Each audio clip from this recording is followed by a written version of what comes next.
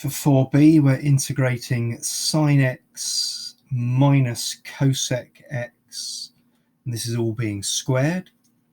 So if we square the first bit, we're going to get a sine squared x.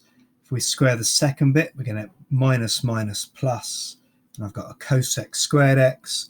And then we've got minus 2 of these two things times together. And of course, the sine times by a cosec is cancelling each other out. And so we're just getting a minus 2 on the end there. So the minus 2 I've got no trouble with. The cosec I've got no trouble with, but the sine squared. And remember the sine squared one, we have to remember our cos 2a formula.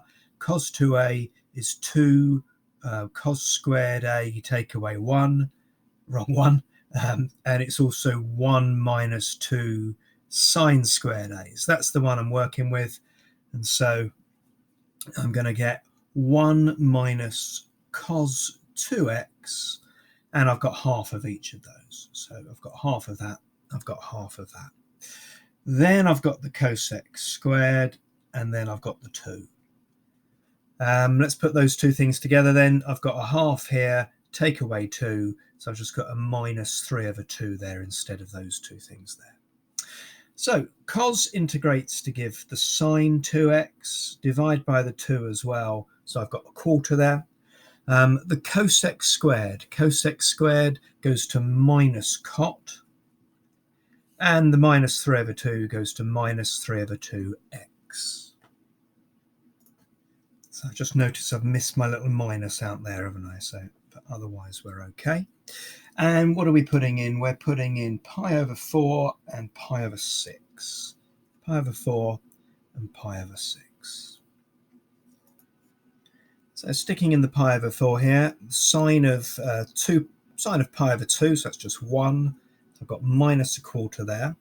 Then I've got the tan of pi over 4, so that's 1 as well. So I've got minus 1 there. And then minus 3/8 of pi, putting it in that bit there. So there's my first bit. Now stick the pi over 6 in. So sticking the pi over 6 in here, we're doing the sine of pi over 3. That's root 3 over 2. So I've got minus root 3 over 8 there. Then I'm going to do the 1 over the tan of that. So that's going to be root 3 over 3, 3 over root 3.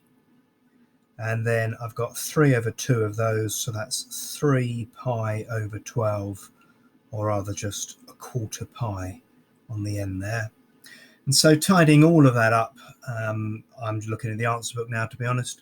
I'm getting 9 root 3, take away 10, take away pi over 8 by tapping all of that into the calculator.